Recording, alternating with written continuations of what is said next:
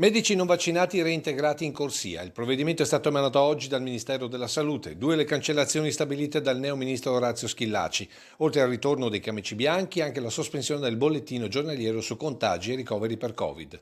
Provvedimenti che avevano già scadenza naturale fissata dal governo Draghi per fine anno, ora anticipati di 2 mesi.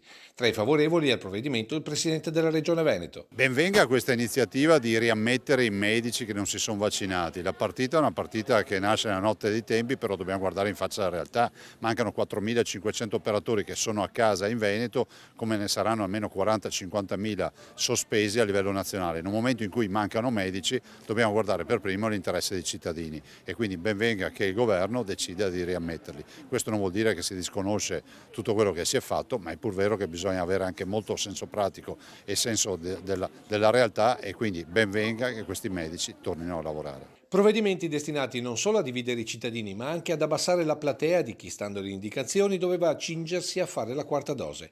Tra i primi a commentare il provvedimento Riccardo Szumski, che sui vaccini ha fatto una vera e propria battaglia e che su questo punto ha delle idee chiare. Come ho detto ampiamente, ai bambini non fatelo, ai giovani che senso ha farlo se non hanno particolari fragilità. Poi se uno si sente insicuro, anche quello è un elemento che mina il proprio sistema immunitario e forse se lo faccia, se sta più tranquillo, è importante quello, ma sappia con la consapevolezza che non ha risolto il problema, lo si può prendere lo stesso.